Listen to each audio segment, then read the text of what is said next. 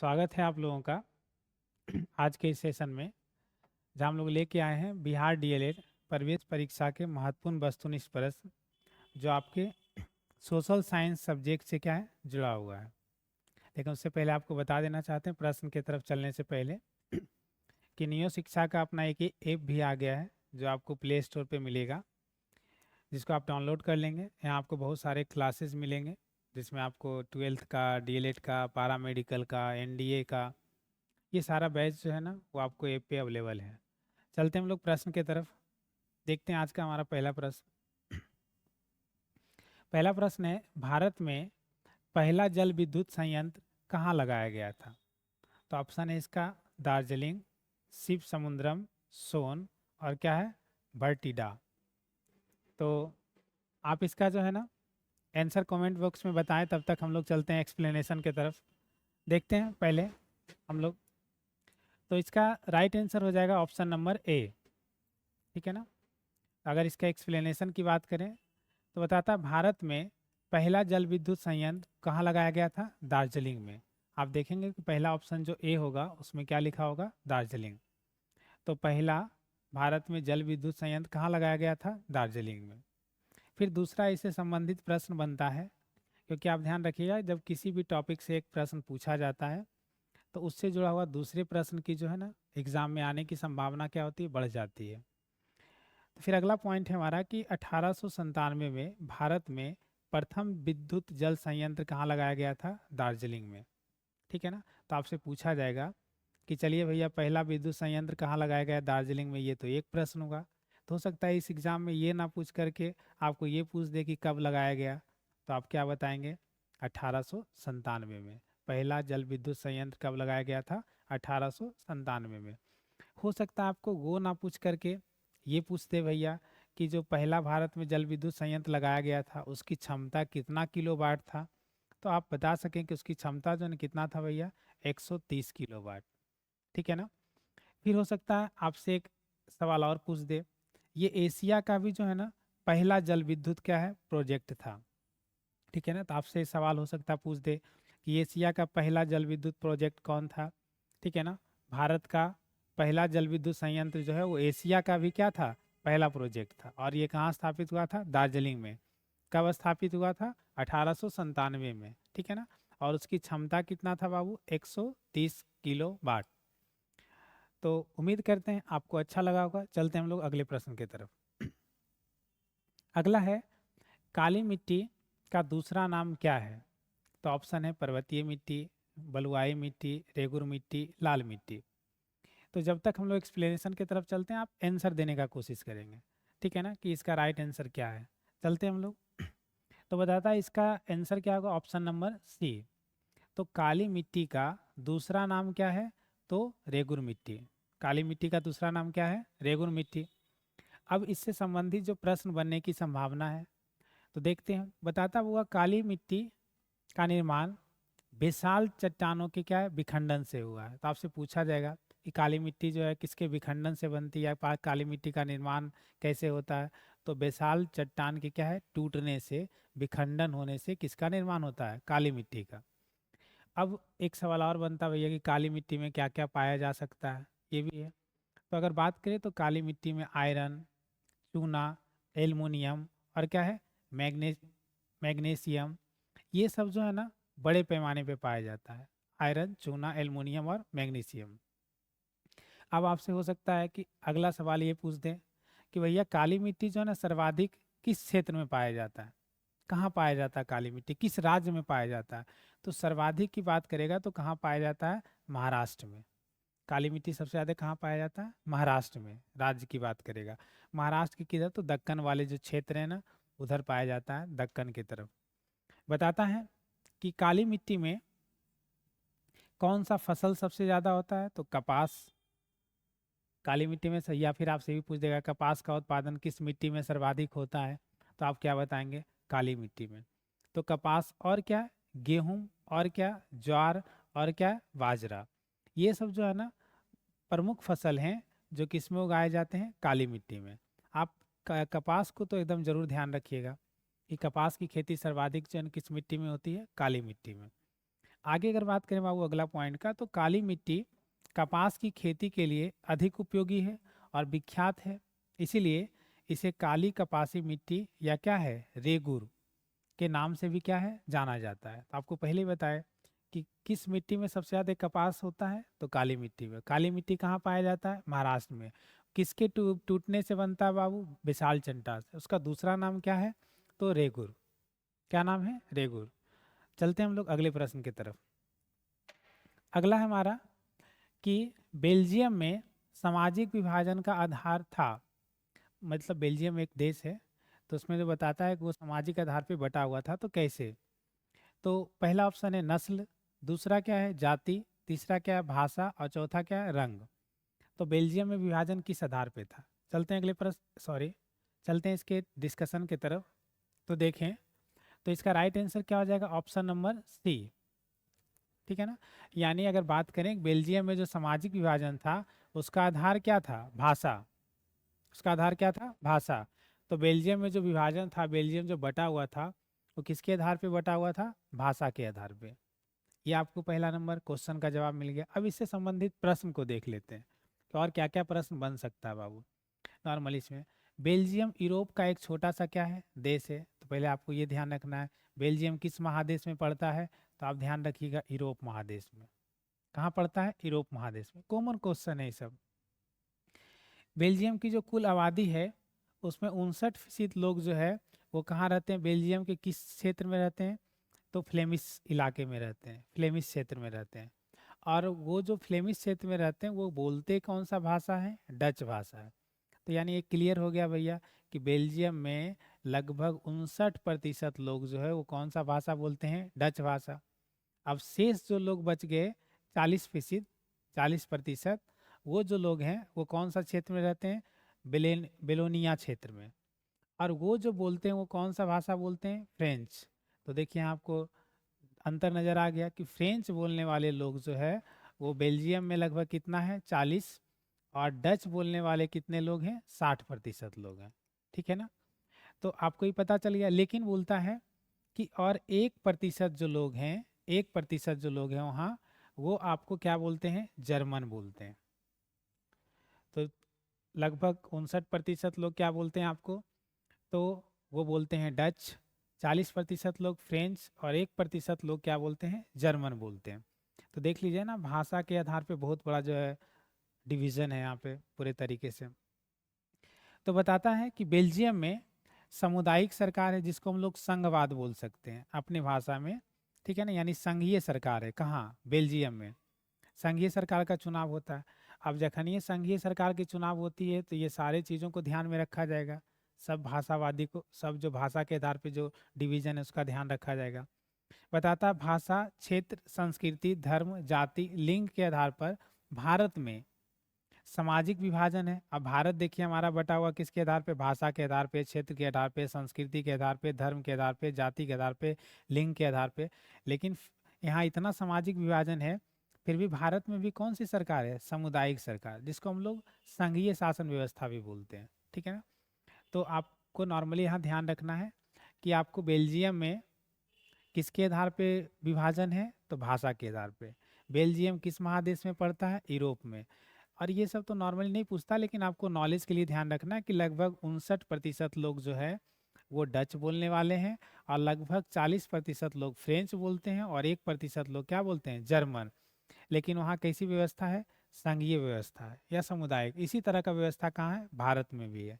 ठीक है ना। तो आपसे पूछ देगा बेल्जियम में कैसी शासन व्यवस्था है, तो आप सामुदायिक या फिर संघीय रहेगा तो आप क्या बोलेंगे, संघीय। ठीक है ना। भारत में भी कैसी शासन व्यवस्था है, संघीय शासन व्यवस्था है। ठीक है ना।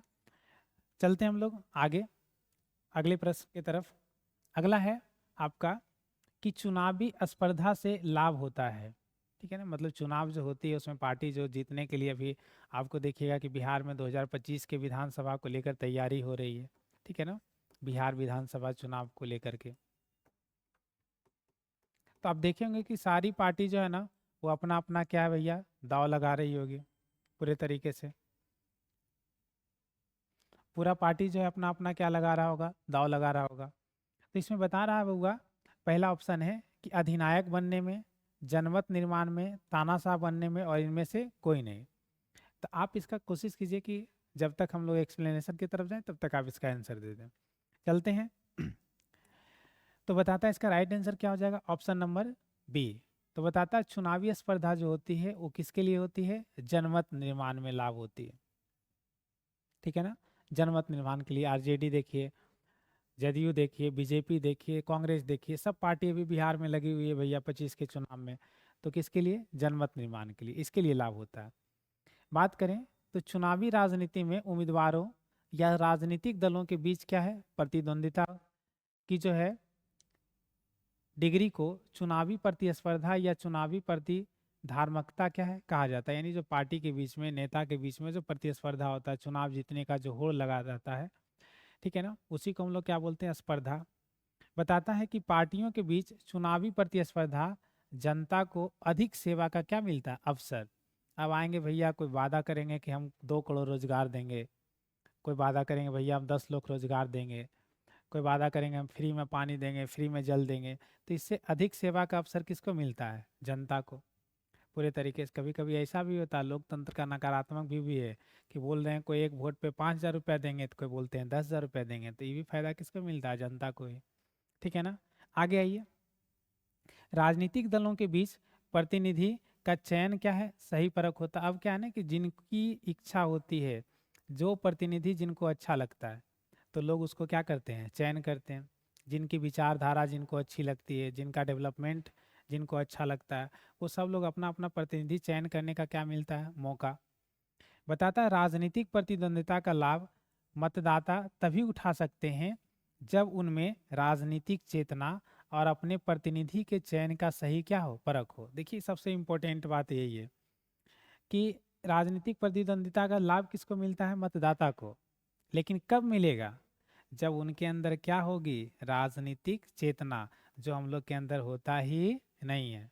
हम लोग जो है ना, वो मुर्गी, खस्सी, रसगुल्ला, नोट, जाति, ये सब जाति ही नहीं है, तो राजनीतिक चेतना आएगी कहाँ से। तो हम लोग क्या है ना कि प्रतिनिधि का चयन सही तरीके से कर सकते हैं। तो राजनीतिक चेतना होना क्या है, जरूरी है। आप पढ़ेंगे 11th में एक किताब है पॉलिटिकल साइंस का, दूसरा पार्ट 2, उसमें आप पढ़ेंगे राजनीतिक चेतना के बारे में बताया गया। फिलहाल हम लोग आगे चलते हैं। आप यहाँ ध्यान रखेंगे, इसका राइट आंसर क्या हो जाएगा, ऑप्शन नंबर बी। चुनावी पर स्पर्धा का जो लाभ जो है वो क्या होता है, जनमत निर्माण होता है। चलें आगे। बताता है भारत में राज्य स्तर पे कानून एवं व्यवस्था बनाए रखने के लिए कौन सी संस्था क्या है, जिम्मेदार है। तो भारत में राज्य स्तर पे कानून एवं व्यवस्था बनाए रखने के लिए कौन सी संस्था क्या है, जिम्मेदार है। तो पहला ऑप्शन है भारत के राष्ट्रपति, दूसरा है संसद, तीसरा है चुनाव आयोग, चौथा है राज्य सरकार। तो आप बताएंगे कौन सा।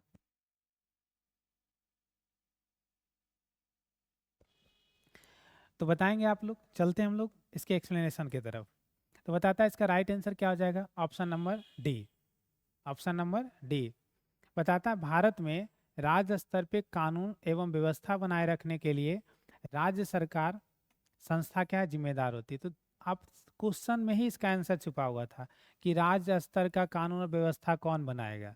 तो भैया जब राज्य स्तर का कानून व्यवस्था की बात है तो वो कौन बनाएगी, राज्य सरकार बनाएगी। राज्य सरकार से जुड़ा हुआ जो संस्था वो बनाएगी। आपके घर में खाना कौन बनाएगा, हम बनाएंगे, आपके घर के लोग बनाएंगे, सीधी सी बात है।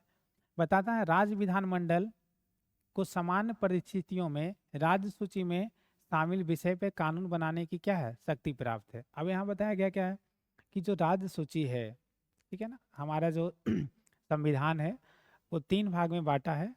एक आपका हो गया संघ सूची, ठीक है ना, एक हो गया आपका राज्य सूची, ठीक है ना, और एक जो हो गया वो हो गया समवर्ती सूची, ठीक है ना।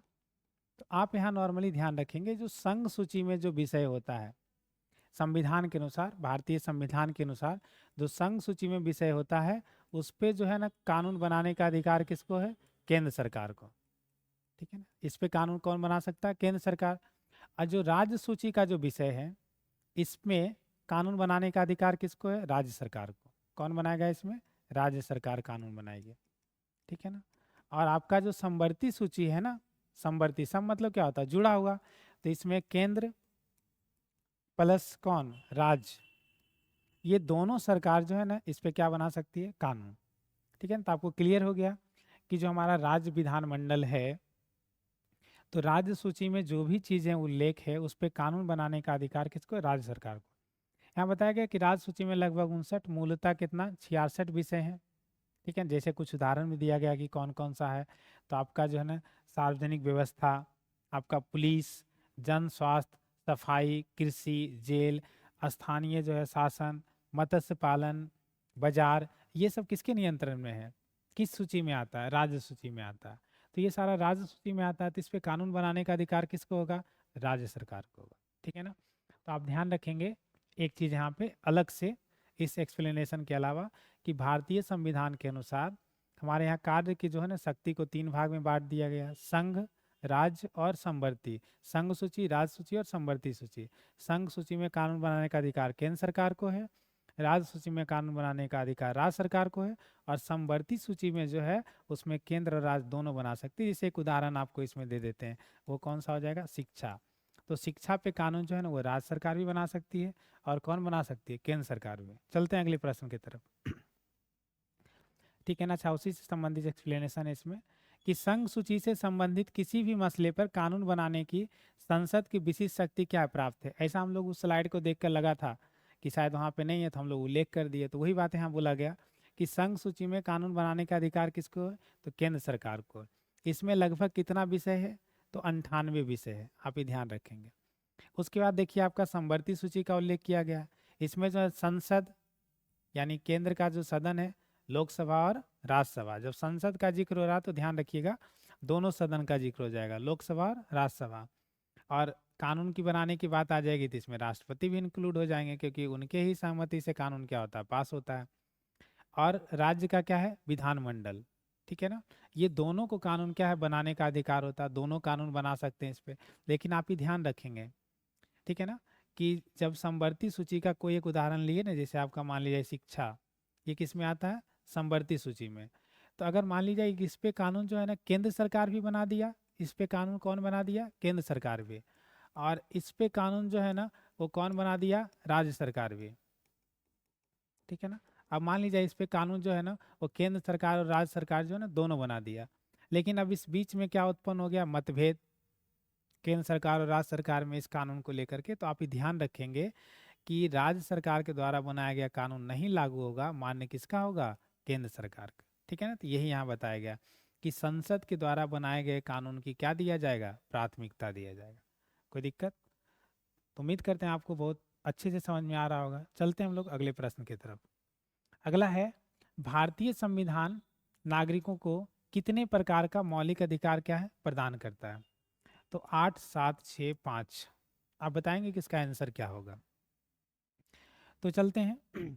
तो बताता है भारतीय संविधान नागरिकों को 6 प्रकार का क्या है, मौलिक अधिकार देता है। तो आपसे पूछा जाएगा कितने मौलिक अधिकार भारतीय संविधान के द्वारा दिया गया, 6 प्रकार का अधिकार दिया गया। अगर हम लोग बात करें कि ये अधिकार जो है ना संविधान में कहाँ वर्णित है पूरे तरीके से, तो आप बता सकते हैं कि अगर आपसे मान लिया पूछ देगा समानता का अधिकार, तो ये जो है ना अनुच्छेद इसका 14 से लेकर 18 तक में उल्लेख मिलता है, किसका, समानता के अधिकार को। ठीक है ना, तो पहला आपका अधिकार कौन हो गया, समानता का अधिकार, इसका उल्लेख अनुच्छेद 14 से लेकर 18 तक में मिलता है। दूसरा आपका क्या हो गया, स्वतंत्रता का अधिकार, इसका उल्लेख जो है अनुच्छेद 19 से लेकर किस में मिलता है, 22 में मिलता है। तीसरा जो आपका हो गया शोषण के विरुद्ध अधिकार, इसका उल्लेख जो है ना अनुच्छेद कितना, 23 से लेकर 24 में मिलता है। चौथा जो आपका हो गया वो धर्म की स्वतंत्रता का अधिकार, इसका उल्लेख अनुच्छेद जो है 25 से लेकर कहाँ तक, 28 में मिलता है। अगला है सांस्कृतिक और शिक्षा संबंधी अधिकार, इसका उल्लेख संविधान के अनुच्छेद 30, 29 और 30 में मिलता है। अगला है संवैधानिक उपचार का अधिकार, इसका उल्लेख अनुच्छेद किस में मिलता है, 32 में। तो आपसे पूछा जाएगा मौलिक अधिकार कितना, 6। पहला कौन, समानता का अधिकार, दूसरा कौन, स्वतंत्रता का अधिकार, तीसरा कौन, शोषण के विरुद्ध अधिकार, चौथा क्या, धर्म की स्वतंत्रता का अधिकार, पांचवा क्या, सांस्कृतिक और शिक्षा संबंधी अधिकार, छठा क्या, संवैधानिक उपचारों का अधिकार। फिर आपको रिमाइंडिंग के लिए बोल दें कि समता के अधिकार का उल्लेख अनुच्छेद कितना में, 14 से 18 में। स्वतंत्रता का अधिकार का उल्लेख कितना, अनुच्छेद 19 से 22 में। शोषण के विरुद्ध अधिकार का उल्लेख अनुच्छेद कितना में, 23-24 में। और धर्म की स्वतंत्रता का अधिकार का अनुच्छेद कितना में, 25 से 28 में। सांस्कृतिक और शिक्षा संबंधी अधिकार अनुच्छेद कितना में, 29 से 30 में। और संवैधानिक उपचार का अधिकार अनुच्छेद कितना में है, 32 में। ये सारा टॉपिक भी आगे आप जब पढ़ना होगा तो आप इसको पढ़ने के लिए डिटेल से जो आप डाउनलोड कर लीजिए। अनुच्छेद 12 से कितना तक, 35 तक। तो अनुच्छेद 12 से लेकर 35 तक भाग कितना, 3 में। और लिया कहाँ गया था, तो आपका संयुक्त राज्य अमेरिका से। फिर से आपको रिमाइंडिंग कर देते हैं कि मूल अधिकार जो हमको भारतीय संविधान के तहत नागरिकों को दिया गया है, ये कहाँ से लिया गया है, स्रोत इसका क्या है, तो स्रोत है संयुक्त राज्य अमेरिका का संविधान। उसके बाद दूसरा सवाल आपसे पूछेगा कि भारतीय संविधान में मूल अधिकार को भाग कितना में रखा गया, तो भाग 3 में। अनुच्छेद कितना हो जाएगा, तो 12 से लेकर 35 तक। चलते हैं आगे। बताता संविधान के भाग 3 को भारतीय नागरिकों का क्या कहा जाता है, मैग्ना कार्टा। ये मैग्ना कार्टा ब्रिटेन का जो है ना अधिकार है, जो वहाँ के नागरिकों को दिया गया है। तो भारत का जो है ना अधिकार दिया गया है, मौलिक अधिकार भाग 3 के तहत, तो इसीलिए भारत का इसको क्या कहा जाता है, मैग्ना कार्टा कहा जाता है। ये भी ध्यान रखिएगा कि भारतीय संविधान में भारतीय नागरिक का मैग्ना कार्टा किसे कहा जाता है, तो आप ध्यान रखेंगे भाग 3 को। या फिर पूछ देगा कि भारतीय संविधान में भाग 3 को क्या कहा जाता है, तो मैग्ना कार्टा। नागरिकों का क्या कहा जाता है, मैग्ना कार्टा। आगे आता है मौलिक अधिकार अस्थाई क्या है, नहीं है, परमानेंट नहीं है। अगर किसी को ये कन्फ्यूज़न है कि परमानेंट है, तो परमानेंट नहीं है, आप ही ध्यान रखेंगे। इसमें संसद को अधिकार दिया गया है, किसको, संसद। तो जब भी संसद शब्द आए तो ध्यान रखिएगा दोनों सदन आएगा, लोकसभा और राज्यसभा, ठीक है ना। उसमें दिया गया है अनुच्छेद 368 के तहत कि भारतीय संविधान में जो शक्ति दी गई है उसमें आप संशोधन करके क्या कर सकते हैं, परिवर्तन कर सकते हैं। तो आपको एक उदाहरण बता देते हैं परिवर्तन का, कि पहले संपत्ति का भी अधिकार था, लेकिन संपत्ति के अधिकार को परिवर्तन करके क्या कर दिया गया, समाप्त कर दिया गया। तो अगर आगे भी सरकार को कोई ज़रूरत पड़ेगी आपके अधिकार को समाप्त करने का या जोड़ने का, तो सरकार उसमें बदलाव क्या है, ला सकती है। ये अधिकार दिया गया अनुच्छेद 368 के तहत। चलते हैं हम लोग अगले प्रश्न की तरफ। अगला है विधायिका, कार्यपालिका और न्यायपालिका के बीच सत्ता का बुद्धिमानी पूर्ण बंटवारा डैश के डिजाइन के लिए बहुत क्या है, महत्वपूर्ण है। मतलब किसके डिजाइन के लिए जो है ना वो अच्छा है, ठीक है ना। शादी में कैसा मंडप सजना चाहिए, पूरे तरीके से बर्थडे में कैसा सजना चाहिए, होता है ना हर का डिजाइनिंग। तो यहाँ बता रहा है कि लोकतंत्र के लिए, राजनीतिक दल के लिए, जातीय समूह के लिए, बहुसंख्यकवाद के लिए, किसके लिए होगा। आप आंसर में तो आपको ये क्वेश्चन से ही लग गया होगा कि इसका आंसर क्या होगा पूरे तरीके से, लेकिन फिर भी चलते हैं हम लोग आगे। तो इसका राइट आंसर क्या हो जाएगा, ऑप्शन नंबर ए, यानी विधायिका, कार्यपालिका, न्यायपालिका के बीच जो हमारा बुद्धिमानी पूर्ण जो है ना वो क्या है, बंटवारा है, वो किसके डिजाइन के लिए भैया, लोकतंत्र। किसके लिए है, लोकतंत्र। आप ध्यान रखिएगा, आप लोकतांत्रिक शासन व्यवस्था में ही रहते हैं, ये बहुत ही इंपॉर्टेंट है, इसको सुरक्षित रखना बहुत इंपॉर्टेंट है। बहुत सारे लोगों ने आप जिस व्यवस्था में है उसके लिए कुर्बानी दी है। तो विधायिका, कार्यपालिका और न्यायपालिका को जो बुद्धिमानीपूर्ण बंटवारा किया गया है वो किसके लिए डिजाइन किया गया, लोकतंत्र के लिए। बताता है इसमें सरकार के विभिन्न अंग एक ही स्तर पर रहकर अपनी अपनी शक्ति का क्या करते हैं, उपयोग। देखिए विधायिका भी, कार्यपालिका भी और न्यायपालिका, ये तीनों सरकार का क्या है, अंग है, और तीनों अपना अपना शक्ति का क्या करते हैं, उपयोग करते हैं। जैसे कि देश में जो कार्यपालिका है, तो कार्यपालिका का काम क्या है, तो सत्ता का उपयोग करती है, कौन, कार्यपालिका। पर यह जो है ना संसद की क्या होती है, अधीन, कौन, कार्यपालिका, ठीक है ना। तो सत्ता का उपयोग कौन करती है, कार्यपालिका, लेकिन किसके अधीन होती है, संसद के। फिर आगे आपका बताता है जो न्यायपालिका है वो जो है देश का संविधान और लोकतांत्रिक परंपरा और जनता के प्रति क्या होती है, जवाबदेही। तो आपके अधिकार की बात हो या फिर कोई ऐसा नियम कानून सरकार के द्वारा बना दिया गया जिससे नागरिकों के अधिकार का क्या उल्लंघन हो, या किसी के अधिकार को जो है छीना जा रहा है, तो हाँ सारा आपका देखभाल करने का काम कौन करेगा, न्यायपालिका करेगी, ठीक है ना। चलते हैं आगे। अगला प्रश्न है हमारा, लोकतंत्र की उपलब्धियों में सबसे अधिक सहायक क्या है? अशिक्षा, निर्धनता, विकास, विषमता। तो आपको बहुत सारा क्वेश्चन ऐसा होता है कि जो आपको याद करने की जरूरत नहीं है, आप क्वेश्चन पढ़िए, ऑप्शन छांट दीजिए, अपने बन जाएगा, इसका आंसर भी आपको पता होगा पूरे तरीके से। क्या कि देख लीजिए ना भैया, लोकतंत्र के उपलब्धियों में सबसे अधिक सहायक, यानी लोकतंत्र अगर बेहतर है तो उसमें सबसे ज़्यादा सहायक क्या हो सकता है? तो बेहतर में कभी सहायक अशिक्षा हो सकता है? जहाँ जिस डाल पे एक मूर्ख आदमी बैठ गया ना, वो पूरे पेड़े खत्म कर देगा। यहाँ तो पूरा लोकतंत्र की बात है। बताइए, गरीबी हो सकता है? नहीं हो सकता है, ठीक है ना। विषमता, अंतर हो सकता है? नहीं। इक्वलिटी होगी तो ना ज़्यादा विकास करेगा। अब देखिए तीनों ऑप्शन अपने छट गया। अब आंसर हम बोलेंगे नहीं, क्योंकि आंसर तो हमको आगे देखना है। तो आप यहाँ छाट लीजिए भैया, आंसर क्या होगा। चलते हैं आगे। तो बताता है इसका राइट आंसर क्या हो जाएगा, ऑप्शन नंबर सी। कहता है कि लोकतंत्र की उपलब्धियों में सबसे अधिक सहायक जो है वो क्या है? विकास है। देखिए, है ना, सबसे अधिक सहायक क्या है? विकास।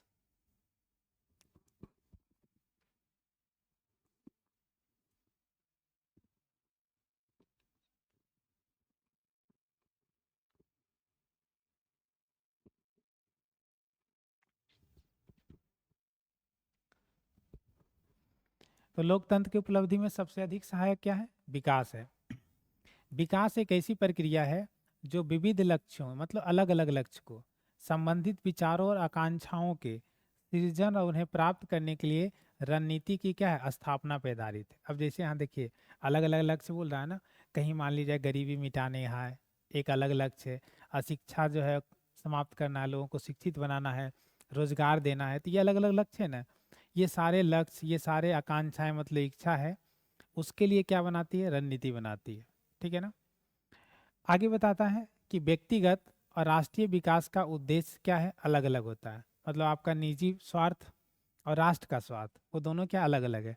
आप निजी स्वार्थ में हो सकता है कि दीवान पलंग बनाने के लिए आप जो है ना अपना पेड़ पौधा काट दें भैया, और अपना दीवान पलंग बना ले कि मेरे घर में एक दीवान पलंग होना चाहिए। लेकिन आप सोचिए कि वो एक पेड़ पौधा जो आप काट रहे हैं, वो कितने लोगों को ऑक्सीजन मुहैया करवा रही है पूरे तरीके से। तो राष्ट्र का विकास का उद्देश्य अलग होता है और निजी विकास का उद्देश्य क्या होता है? अलग। आइए हम लोग देखते हैं लोकतंत्र के बेहतर कैसे हम लोग बना सकते हैं। बोलता है कि नागरिकों में समानता का क्या देना? बढ़ावा देता है, ठीक है ना। लोकतंत्र को बेहतर अगर बताया गया हो तो व्यक्ति की गरिमा को क्या है? बढ़ाता है।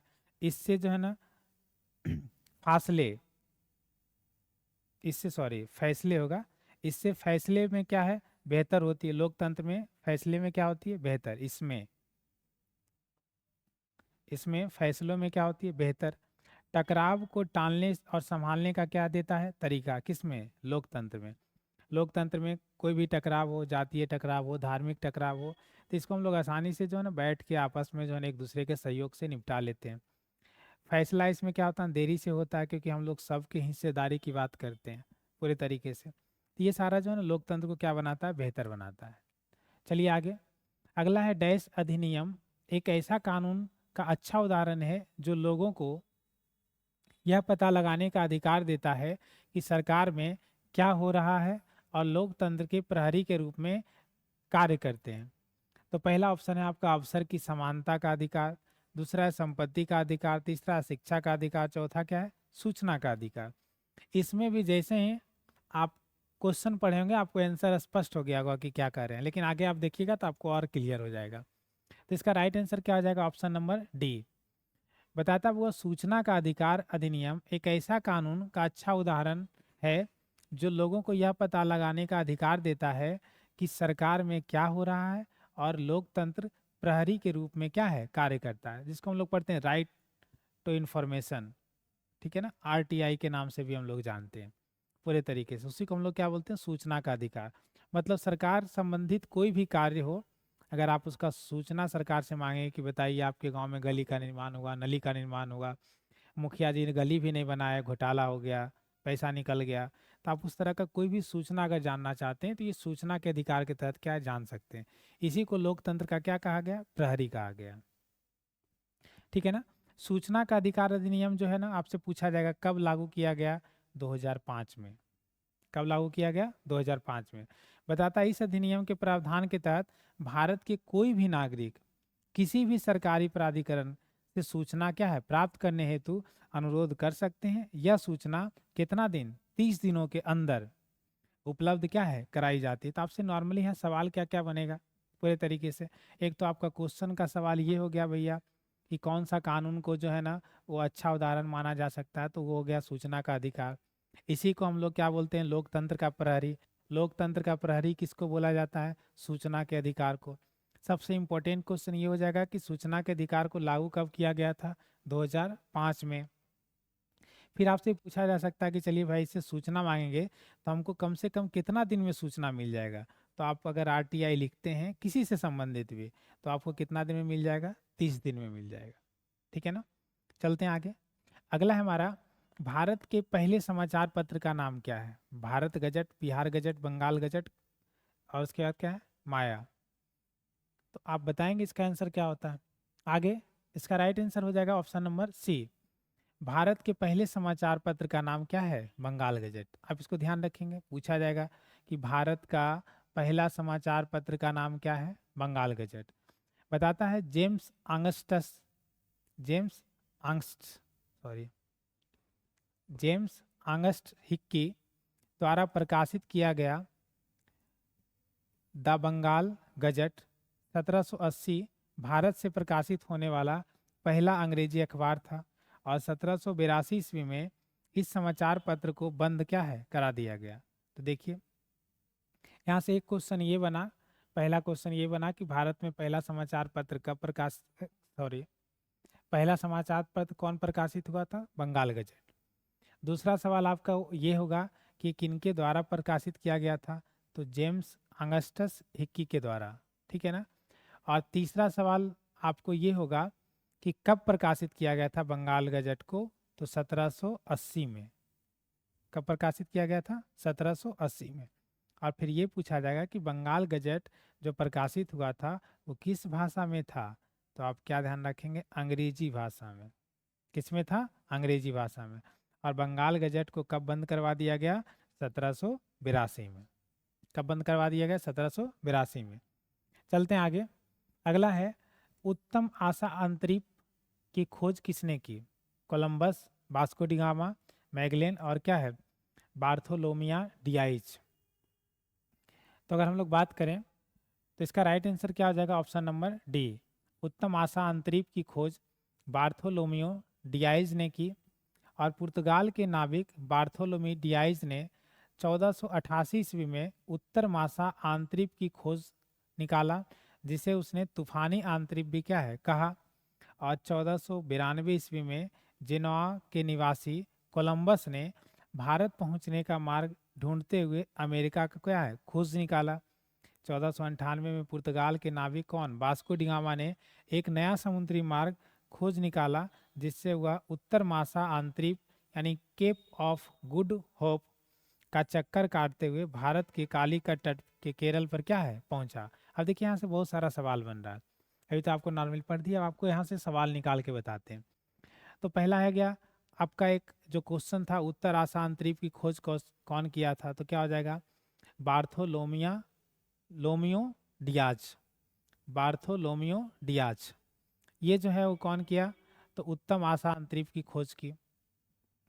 और ये कहाँ के थे, तो आप ध्यान रखिएगा ये कहाँ के थे, पुर्तगाल के। कहाँ के थे, पुर्तगाल के। ठीक है ना। और आपसे फिर पूछा जाएगा कि उत्तर मासा जो था इसका खोज कब किया गया, तो 1488 में। कब किया गया, 1488 में। जब उत्तर मासा को खोज किया गया तो इसका नाम क्या रखा गया था, तूफानी अंतरिप अंतरिप तूफानी अंतरिप रखा गया था। तो नॉर्मली आप ध्यान रखेंगे कि बार्थोलोमियो डियाज कहाँ के थे, पुर्तगाल के थे। वो जो उत्तर मासा के खोज कब किए थे, तो 1488 में खोज किए थे। अगला जो देखिए सवाल बनता है वो क्या है, तो एक व्यक्ति का आपने सुने होंगे, कोलंबस। ये कहाँ का था, तो जिनोवा का था। तो 1492 ईस्वी में जो है ना कि भारत पहुंचने का मार्ग जो है ढूंढ रहा था, लेकिन पहुंच कहाँ गया था, अमेरिका। तो आप लोग पढ़ते ना कि अमेरिका का खोज कौन किया था, तो आप क्या बोलेंगे, कोलंबस। ये कहाँ का था, जिनेवा का निवासी था। चलते हैं आगे। अगला है आपका एक व्यक्ति है, इसका भी नाम आप लोग पहले से जानते हैं, वास्को डिगामा। कौन था? Vasco da Gama. ये वास्को डिगामा था कहाँ का? पुर्तगाल का। कहाँ का था? पुर्तगाल का। ये को नया रास्ता खोजने के लिए आया और ये पहुंच कहाँ गया? भारत के कालीकट तट पर। कहाँ? केरल। तो आपसे ये सवाल पूछा जाएगा कि वास्को डिगामा जो है भारत में सबसे पहले कहाँ पहुंचा? तो कालीकट पहुंचा। कालीकट कहाँ? केरल। केरल कालीकट तट पे जो है ना पहुंचा कौन? Vasco da Gama. कब? 1498 में। वास्को डिगामा कहाँ का निवासी था? पुर्तगाल का। तो उम्मीद करते हैं जो क्वेश्चन आपको बना के बताया गया होगा वो आपको समझ में आ रहा होगा। चलते हैं आगे। अगले तो बताता है कि पुर्तगाल के प्रिंस हेनरी द नेविगेटर के सतत प्रयासों से भौगोलिक खोज का कार्य क्या आसान होगा। फिर पुर्तगाल के प्रिंस हेनरी बोला कि भैया चलो एगो नेविगेटर बनाते हैं, जिसे दिशा सूचक यंत्र भी बोल सकते हैं, और हम लोग जो है ना खोजते हैं भैया कि कहाँ पे क्या है नहीं है। बोलते हैं पुर्तगाल, डच, अंग्रेज, डेनिश और फ्रांसीसी। उसके बाद जब रास्ता मिल गया तो ये सारे लोग जो है एकाएकी करके कहाँ पहुँचने लगे? भारत। पहले कौन आया? पुर्तगाली, फिर डच आया, फिर अंग्रेज आया, डेनिश आया, फ्रांसीसी आया। सब लोग एकाएकी करके कहाँ आ गए भैया? भारत। सबसे लंबे समय तक ये टिका रहा हमारे यहाँ। बोलते हैं अल्मीडा को भारत का प्रथम पुर्तगाली गवर्नर 1505 ईस्वी में क्या है बनाया गया था। किसको? अल्मीडा को। कहाँ का? तो भारत का प्रथम पुर्तगाली गवर्नर। ऐसे क्वेश्चन पूछेगा, भारत का प्रथम पुर्तगाली गवर्नर कौन था? अल्मीडा। कब बनाया गया था? 1505 में। चलें आगे। आगे है निम्नलिखित में से कौन एक खाद्य फसल नहीं है, यानी खाने वाला नहीं है। तो देख लीजिए कौन है भैया। चावल तो खाते हैं, गेहूं तो खाते हैं, मक्का खाते हैं, कपास आप खाते हैं क्या? ठीक है ना, आप खाते हैं तो खाद्य फसल होगा, अगर नहीं खाते हैं तो नहीं होगा। चलिए फिर भी आंसर आगे देखते हैं। बताता है इसका राइट आंसर क्या हो जाएगा? Option number C. कपास एक खाद्य फसल क्या है? नहीं है, कपास खाते नहीं है। बताता सूती कपड़ा उद्योग में कपास एक प्रमुख क्या है? कच्चा माल है। तो कपास का उपयोग हम लोग कहाँ करते हैं? तो भैया सूती कपड़े उद्योग में, खाने में नहीं करते हैं। भारत में अधिकांश लोगों का खाद्य फसल जो क्या है? चावल है। सबसे ज्यादा लोग क्या खाते हैं? चावल। ठीक है ना, चावल खाए आराम से जो है सोए मस्ती से। चावल जो है आपसे पूछा जाएगा, चावल कौन सी फसल है? खरीफ फसल है। ध्यान रखना क्वेश्चन भी आता है, कौन खरीफ फसल है, कौन रबी फसल है। तो आपसे अगर पूछा जाएगा चावल जो है कौन सा फसल है, तो खरीफ फसल है। जिसे उगाने के लिए तापमान, मान लिया पूछ देगा कि चावल को उगाने के लिए कितना तापमान चाहिए, तो आपको 25 डिग्री सेंटीग्रेड तापमान चाहिए। कितना चाहिए? 25 डिग्री सेंटीग्रेड क्या है? तापमान चाहिए। ठीक है ना, किसके लिए? तो आपको जो है ना चावल के उत्पादन के लिए। बताता है इसकी जो है अधिक आर्द्रता जो है वो 100 सेंटीमीटर, अधिक वर्षा की आवश्यकता क्या होती है? तो वर्षा कितना चाहिए? तो अधिकतम 100 सेंटीमीटर पूरे तरीके से। बताता है कि गेहूं भारत का दूसरे सबसे महत्वपूर्ण क्या है? खाद्य फसल है। तो आप ये भी ध्यान रखिएगा, सबसे ज़्यादा खाद्य फसल जो है ना हम लोग खाने में किसका उपयोग करते हैं? चावल का। उसके बाद सबसे ज़्यादा उपयोग किसका करते हैं? गेहूं का। ठीक है ना, और चावल कौन सा फसल है? खरीफ फसल। तो आप कमेंट बॉक्स में एक जवाब जरूर देंगे कि गेहूं जो है वो कौन सा फसल है, खरीफ या रबी। चलते हैं आगे। आगे है मक्का, एक ऐसी फसल है जो खाद्य और चारा क्या है? दोनों के रूप में प्रयोग होता है, और यह भी एक क्या है? खरीफ फसल है। तो मक्का भी कौन सा फसल है? खरीफ फसल। ध्यान रखिएगा, इसको हम लोग अपने भी खाते हैं मटकी रोटी बना के, और चारा के रूप में जानवर को भी हम लोग देते हैं क्या बना करके? घट्टा बना करके। बताता है घट्टा बना के लोग भी खाते हैं, अच्छा चीज़ है, खाना भी चाहिए। फिर आगे आ गया कपास, जूट, सन और प्राकृतिक रेशम। भारत में उगाई जाने वाली ये जो है चार प्रमुख क्या है? रेशेदार फसल है। इसको हम लोग खाने में उपयोग नहीं करते। ये क्या है? रेशेदार है। इसको हम लोग वस्त्र बनाने में, कपड़ा बनाने में उपयोग करते हैं।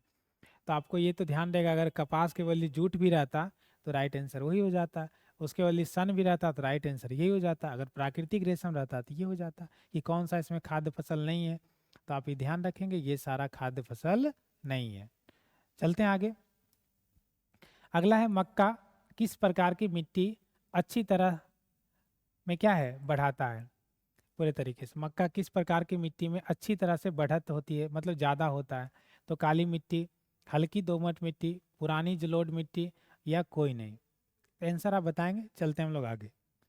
तो बताता है इसमें आंसर क्या आ जाएगा, ऑप्शन नंबर सी, मक्का पुरानी जलोढ़ प्रकार की मिट्टी में अच्छी तरह से क्या है, बढ़ता है। मक्का सबसे ज़्यादा किस में होता है?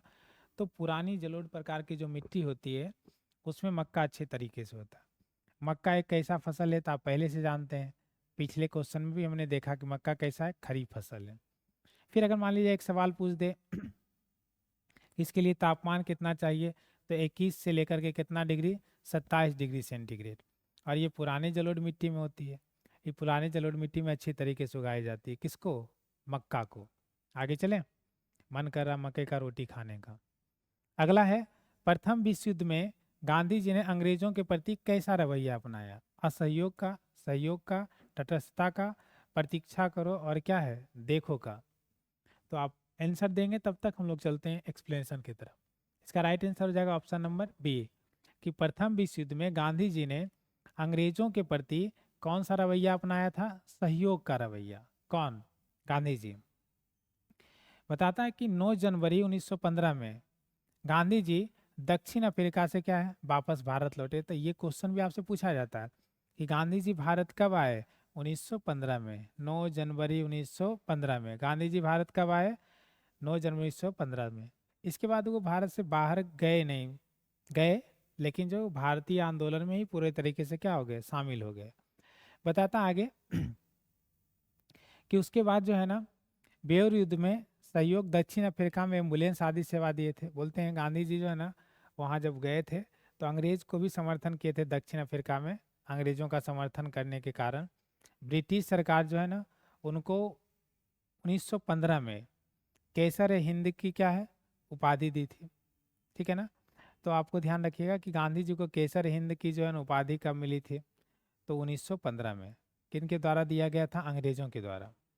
फिर गांधी जी ने असहयोग आंदोलन 1 अगस्त 1920 में क्या है, प्रारंभ किया। तो आपसे पूछा जाएगा असहयोग आंदोलन का शुरुआत कौन किए? गांधी जी। कब किया गया? 1 अगस्त 1920 को। उम्मीद करते हैं आपको ये सेशन अच्छा लग रहा होगा। सच या झूठ आप ज़रूर बताएं कमेंट कर, ताकि आपको हम इस तरह का वीडियो लेकर आएँ। ऐसे तो पहले हमारा डायरेक्ट क्वेश्चन और डायरेक्ट क्या था, आंसर था, लेकिन कुछ बच्चे को कहने पे जो है ना, हम साथ में एक्सप्लेनेशन भी लेकर आए हैं। अगर आपको अच्छा लगा तो आप इसमें धमाकेदार थोड़ा करेंगे। चलते हैं आगे। अगला है, इंग्लैंड में पहला फैक्ट्री कानून कब पारित किया गया? 1802, 1803, 1804, 1805।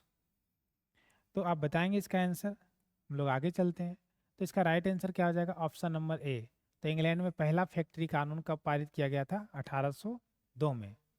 अब कानून पारित किया गया तो क्या था? तो 1802 में इंग्लैंड ने अपना पहला फैक्ट्री अनुबंध क्या है, जारी किया, जिसमें बच्चों के लिए 12 घंटे काम क्या है, सीमित किया, कि बच्चे से अगर काम करवाएंगे तो आप कितना देर काम करवाएंगे? 12 घंटा तक काम करवाएंगे। बताता 1919 में, सॉरी 1819 में कानून ने 9 वर्ष के कम उम्र के बच्चे को रोजगार पर क्या है, रोक लगा दिया, कि आप 9 वर्ष से अगर कम के बच्चे हैं तो उनको काम करना क्या है, प्रतिबंध माना जाएगा। आप उनसे काम नहीं करवा सकते अगर बच्चे की उम्र 9 वर्ष से क्या कम है। तो ये कानून कब पारित हुआ? तो 1819 में। 9 वर्ष के बच्चे को प्रतिबंध। पहले क्या है, 1802 में जो कानून आया उसमें आया कि बच्चे से आप 12 घंटा तक ही काम करवा सकते हैं, इससे ज़्यादा नहीं। फिर आया भैया कि नहीं, 9 वर्ष से जो कम उम्र के बच्चे हैं आप उनसे काम नहीं करवा सकते। ये कब आया? 1819 में। फिर 1838-48 के दौरान जो है, वो मजदूरों को वोट देने का अधिकार दिलाने के लिए एक महान जन आंदोलन क्या हुआ, आरंभ हुआ, जिसे हम लोग क्या है, चार्टिस्ट आंदोलन भी क्या है, कहते हैं।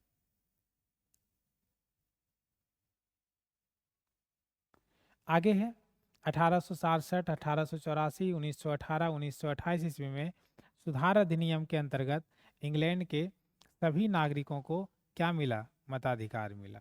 तो अलग अलग संशोधन हुआ, फिर अंतिम में जाके जो भी नागरिक थे, मजदूर थे, उन सभी लोगों को क्या मिला? वोट देने का अधिकार मिला।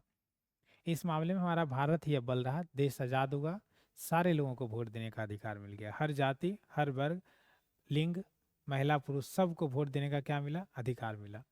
चलते हैं आगे। अगला है, इनमें से कौन सा वृक्ष पर्वतीय वन में पाया जाता है?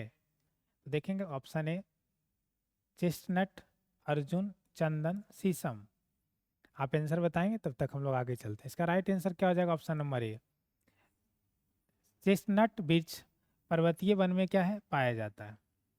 बताता है कि हिमालय के गिरिपाद पर पर्णपाती वन पाए जाते हैं। अब बताता है कि हिमालय के गिरिपाद में कौन सा वन पाया जाता है? पर्णपाती वन। चेस्टनट वृक्ष जो है वो पर्वतीय वन में क्या है? पाया जाता है। फिर बताता है इसके बाद 1000 से लेके 2000 मीटर के ऊंचाई पर वो क्या है ना, आर्द्र शीतोष्ण कटिबंधीय प्रकार के वन क्या है? पाए जाते हैं। फिर बताता उत्तर पूर्व भारत के उच्चतर पहाड़ी श्रृंखलाओं और पश्चिम बंगाल के उत्तरांचल की पहाड़ी इलाकों में चौड़ी पत्ते वाले ओक और चेस्टनट जैसे सदाबहार वन क्या है? पाए जाते हैं। यानी नॉर्मली यहाँ ये निकल के आया कि आपका जो है ना चेस्टनट वृक्ष जो है वो कौन सा वन है? पर्वतीय वन है। ठीक है ना। आपका जो है ना वो हिमालय के गिरिपाद पर जो है वो क्या है? पर्णपाती वन है पूरे तरीके से। 200-2000 मीटर की ऊंचाई पर जो है आर्द्र शीतोष्ण वाला जो है ना क्षेत्र जो है उष्ण कटिबंधीय वाला जो वन है आपका, उसी प्रकार से जो है आपका उत्तरी पूर्वी भारत का जो क्षेत्र है वहाँ आपका जो है ना चेस्टनट और कौन सा सदाबहार वन है पाया जाता है। चलिए आगे आते हैं। अगला है, इस क्षेत्र में 1500 से लेकर 1750 मीटर की ऊंचाई पर वो कौन सा व्यापारिक महत्व वाले क्या चीड़ वन पाए जाते हैं? पीछे आप देखे थे 1000 से, और अभी क्या 1500 से 1750 में कौन सा वन पाया जाता है? चीड़ वन। उसके बाद हिमालय के पश्चिम भाग में बात करें तो बहुमूल्य वृक्ष जो है ना वो कौन पाया जाता है? देवदार वन। ठीक है ना। तो देवदार आपका कहाँ पाया जाता है? हिमालय के पश्चिम भाग में। फिर आमतौर पर देखें उष्ण कटिबंधीय सदाबहार वन जो है क्या है? डीड कास्ट जैसे आपका रोजवुड, अबुनुस, सिनकोना, मोहोगनी, ये सब आदि जो है ना वो पाया जाता है आपका कहाँ? उष्ण कटिबंधीय सदाबहार वन में। आपका उष्ण कटिबंधीय पर्णपाती वनों में पाए जाने वाला अगर बात करें डीड कास्ट वृक्षों में क्या है? आपका साल, सागवान, नीम, शीशम, ये सब कहाँ पाया जाता है? उष्ण कटिबंधीय पर्णपाती वनों में। तो आपको इस सारी चीज़ों को समझने के लिए थोड़ा ज्योग्राफी भी आपको क्या करना पड़ेगा? पढ़ना पड़ेगा।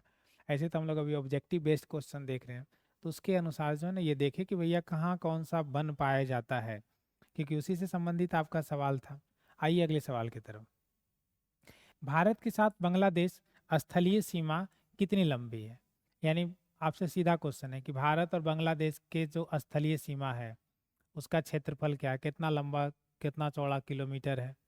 तो यहाँ दे ले 4018 किलोमीटर, 4096 किलोमीटर, 4180 किलोमीटर और 4009 किलोमीटर। जाइएगा आप दौड़ के नाप के आइए कितना किलोमीटर है, तब तक हम लोग इधर चलते हैं आगे। इसका राइट आंसर हो जाएगा ऑप्शन नंबर बी। भारत के साथ बांग्लादेश का जो स्थलीय सीमा है वो कितना है? 4000 आपको 96 किलोमीटर लंबी है। कितना है? 4096 किलोमीटर। किसके साथ? भारत और बांग्लादेश के साथ। कौन सा सीमा? स्थलीय सीमा। 4096 किलोमीटर क्या है? लंबा है।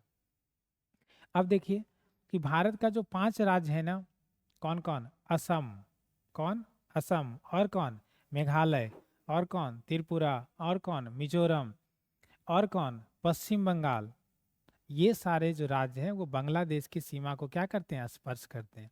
तो आपसे ये भी पूछ सकता है कि मान लीजिए 4 राज्य ऐसा दे दिया, जैसे मान लीजिए एक दे दिया आपको झारखंड, एक दे दिया बिहार, एक दे दिया उत्तर प्रदेश, ठीक है ना, 3 ऑप्शन दे दिया, और एक दे देगा भैया मान लीजिए आपको दे दिया त्रिपुरा, और आपसे पूछ दे एक सवाल कि बताइए इसमें से कौन सा भारत का राज्य जिसका सीमा किसके साथ लगता हो? बांग्लादेश के साथ। तो अगर आप पढ़े हैं तब ने आप उसमें राइट आंसर क्या मार पाएंगे? त्रिपुरा। कि त्रिपुरा का सीमा किसके साथ लगता है? बांग्लादेश के साथ। तो ये सारा आप ध्यान रखेंगे, असम का, मेघालय का, त्रिपुरा का, मिजोरम का, पश्चिम बंगाल का, ये सब का सीमा किसके साथ लगता है? बांग्लादेश के साथ। ये भारत के सारे राज्य हैं, जानते हैं ना आप, ये भारत के सब राज्य हैं। असम, मेघालय, त्रिपुरा, मिजोरम, पश्चिम बंगाल, ये सब का सीमा किसके साथ लगता है? बांग्लादेश के साथ। और बांग्लादेश के साथ भारत का जो है स्थलीय सीमा कितना किलोमीटर है? तो 4096 किलोमीटर। आगे आइए। अब जब सीमा से संबंधित प्रश्न पूछ लिया है तो हो सकता है बांग्लादेश का इस बार पूछा, अगला बार चीन का पूछ दे, ठीक है ना। तो उसका भी देख लेते हैं थोड़ा कि भारत और चीन की सीमा की बात करें तो लगभग 3488 किलोमीटर, ठीक है ना। इस सीमा को भारत का जो है ना 5 राज्य और केंद्र शासित प्रदेश क्या है ना सीमा रेखा शेयर करती है, स्पर्श करती है। जैसे आपका जो हिमाचल प्रदेश और कौन, लद्दाख, उत्तराखंड, सिक्किम, अरुणाचल प्रदेश, ये सब जो है ना सीमा किसके साथ स्पर्श करती है? चीन के साथ। मान लीजिए आपसे एक क्वेश्चन यहाँ भी बना के देखते हैं, आपसे पूछ देगा कि निम्नलिखित में से कौन सा राज्य है जिसका सीमा किसके साथ? तो चीन के साथ जो है संपर्क करती है, स्पर्श करती है। तो ऑप्शन दे दिया असम, मेघालय, त्रिपुरा, 3 गो ऑप्शन हो गया। एक गो आपको क्या दे देगा? सिक्किम। तो बताइए कौन सा सीमा जो है भारत का जो है किसके साथ? चीन के साथ स्पर्श करती है। तो आप आंसर में क्या मानेंगे? सिक्किम। तो आपको ये ध्यान रहेगा तब ना कि भारत का जो 5 राज्य है, एक हिमाचल प्रदेश, एक लद्दाख, दूसरा तीसरा उत्तराखंड, चौथा सिक्किम, पांचवा क्या है? अरुणाचल प्रदेश। ये सब किसके साथ सीमा स्पर्श करती है? चीन के साथ। और आपका असम, मेघालय, त्रिपुरा, मिजोरम, ये सब जो है ना पश्चिम बंगाल, ये अपना सीमा किसके साथ शेयर करती है? बांग्लादेश के साथ। ध्यान रहेगा ना। चलिए आगे आइए। फिर बताता है भारत पाकिस्तान सीमा की बात। तो ये लगभग जो है ना 3323 किलोमीटर क्या है? फैला हुआ। 3323 किलोमीटर लंबा है। बताता है कि जम्मू कश्मीर, राजस्थान, लद्दाख, ये केंद्र शासित प्रदेश है, केंद्र शासित प्रदेश लिखाएगा। और पंजाब, गुजरात राज्य की सीमा क्या स्पर्श करती है? तो देखिए पाकिस्तान के साथ हमारा जो शेयरिंग है सीमा का, वो 3323 किलोमीटर है। इसमें कौन कौन सा राज्य आता है? तो जम्मू कश्मीर, राजस्थान, लद्दाख, पंजाब, गुजरात। तो एक हो गया आपका जम्मू कश्मीर, 2 हो गया राजस्थान, 3 हो गया लद्दाख, ठीक है ना। चौथा क्या हो गया? पंजाब। और पांचवा आपका क्या हो गया? गुजरात। तो आप ही ध्यान रखिए कि उधर बांग्लादेश के साथ भी 5 गो सीमा करता है, चीन के साथ भी 5 गो सीमा शेयर करता है, स्पर्श करता है। और भारत पाकिस्तान के बीच में भी लगभग कितना? 5। क्योंकि अब ये दोनों तो अलग हो गया ना, ये दोनों केंद्र शासित प्रदेश हो गए, लद्दाख और कौन? जम्मू कश्मीर। पहले तो एक ही में आता था। चलिए आगे आइए। भारत और नेपाल की बात करें तो ये दोनों अपना जो है ना लगभग 1751 किलोमीटर की सीमा जो है ना वो क्या करता है? स्पर्श करता है। इतना लंबा है, 1751 किलोमीटर लंबा है। और अगर बात करें हम लोग पूरे तरीके से, तो नेपाल, तिब्बत, उत्तराखंड त्रिसंधि से प्रारंभ होकर आपका पूरब में कहाँ? सिक्किम तक चली जाती है। इसका सीमा रेखा बताती है कि उसके बाद जो है अगला आ गया आपका भारत और नेपाल के साथ, भारत और किसका?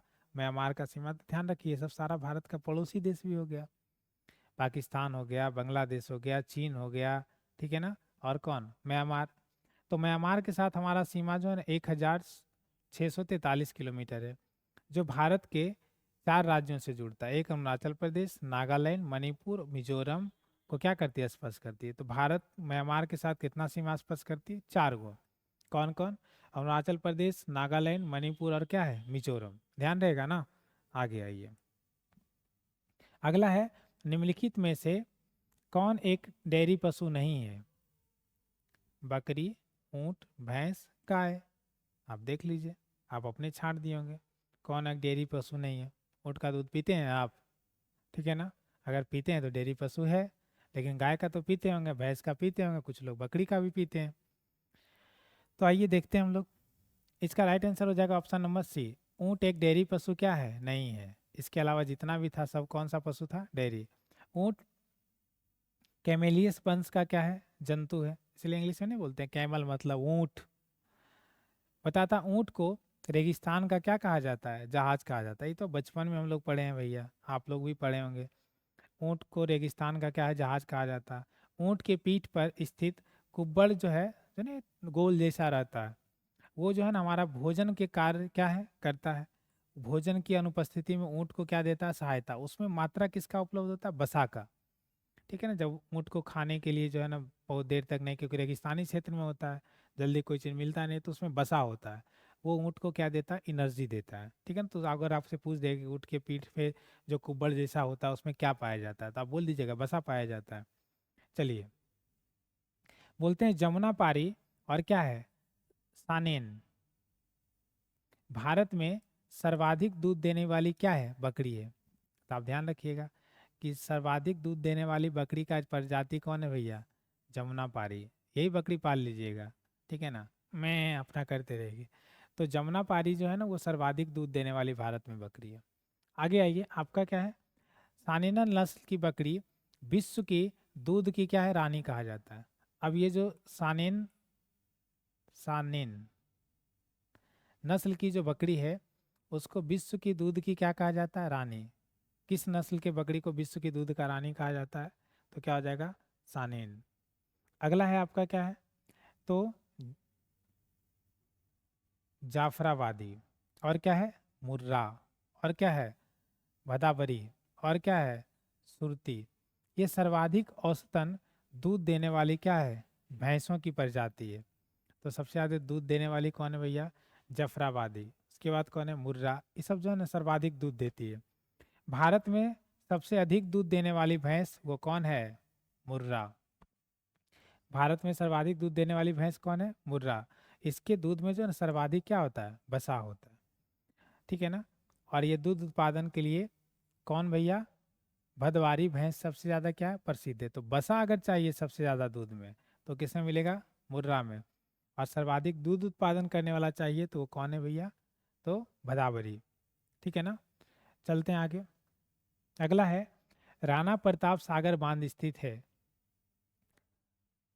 उड़ीसा, गलत लिखा हुआ है, उड़ीसा, उत्तराखंड, राजस्थान, आंध्र प्रदेश। तो आप देखेंगे भैया राणा प्रताप बांध कहाँ स्थित है? इसका राइट आंसर हो जाएगा option number C. Rana Pratap Sagar बांध जो है वो कहाँ स्थित है? राजस्थान में। तो राणा राजस्थान में है। बताता है चंबल नदी पर निर्मित चंबल परियोजना राजस्थान एवं मध्य प्रदेश की संयुक्त परियोजना है। कौन? चंबल नदी वाला। तो आपका राजस्थान और मध्य प्रदेश की जो है ना सरकार द्वारा संयुक्त रूप से ये परियोजना चलाया जा रहा है, मिलके। चंबल परियोजना के अंतर्गत 3 बांध बने हैं। एक गांधी सागर बांध, ये मध्य प्रदेश में, एक राणा प्रताप सागर बांध, और एक क्या है? जवाहर सागर बांध। ये दोनों कहाँ है? राजस्थान में। तो आपसे पूछेगा भैया गांधी सागर बांध कहाँ है? मध्य प्रदेश में। राणा प्रताप सागर, क्योंकि यही सवाल था आपका, ये कहाँ है? राजस्थान में। आपका पूछेगा जवाहर सागर बांध कहाँ है? तो राजस्थान में। हीराकुंड बांध कहाँ है? उड़ीसा में। और ये किस नदी पे है? तो महानदी पे है। आप ध्यान रखिएगा, ये पूछ देगा कि हीराकुंड बांध किस नदी पे बनाया गया? महानदी पे। कहाँ बनाया गया? उड़ीसा में। चलें आगे। अगला है टिहरी बांध परियोजना का निर्माण भागीरथी गंगा नदी पर क्या है? भागीरथी और भिलांगना के संगम के थोड़े आगे उत्तराखंड टिहरी जिले में क्या है? किया गया। अब नॉर्मली टिहरी बांध परियोजना का निर्माण किस नदी पे है? भागीरथी नदी पे। ठीक है ना। भागीरथी जो है भिलांगन संगम के थोड़ा सा आगे उत्तराखंड के टिहरी जिले में क्या किया गया? बनाया गया टिहरी बांध। इसलिए इसका नाम क्या पड़ गया? टिहरी। किस राज्य में? उत्तराखंड में। ठीक है ना। नागार्जुन जामन सॉरी नागार्जुन सागर बहुउद्देशीय परियोजना 21 नदी पे बनाया गया है, कृष्णा नदी पर। और ये कहाँ स्थित है? तेलंगाना में। तेलंगाना और आंध्र प्रदेश के सीमा पर। ध्यान रखेंगे। आगे आइए। अगला है बिहार में कितने प्रतिशत भौगोलिक क्षेत्र में वन का फैलाव है? तो बिहार में कितना प्रतिशत वन है? 15, 20, 30, 7। आप बिहार में रहते हैं ना, बताइए कितना है। ठीक है ना। तो बताता है कि इसका राइट आंसर हो जाएगा ऑप्शन नंबर डी। बिहार में जो है ना 7% भौगोलिक क्षेत्र में क्या फैला है? वन। जबकि अगर आप पर्यावरण संतुलन चाहते हैं तो किसी भी क्षेत्र का कितना प्रतिशत वन होना चाहिए? 33% क्षेत्रफल का। जितना क्षेत्रफल है उसका कितना? 33%। और आपका भौगोलिक क्षेत्र में वन का फैलाव कितना है? तो 7%। बताता 2021 में जो है इसकी जो है बढ़ी पूरे तरीके से, तो लगभग 7380.79 वर्ग किलोमीटर में जो है इसकी वृद्धि हुई है। जो भौगोलिक क्षेत्रफल का लगभग कितना परसेंट हो गया? तो 7.84%।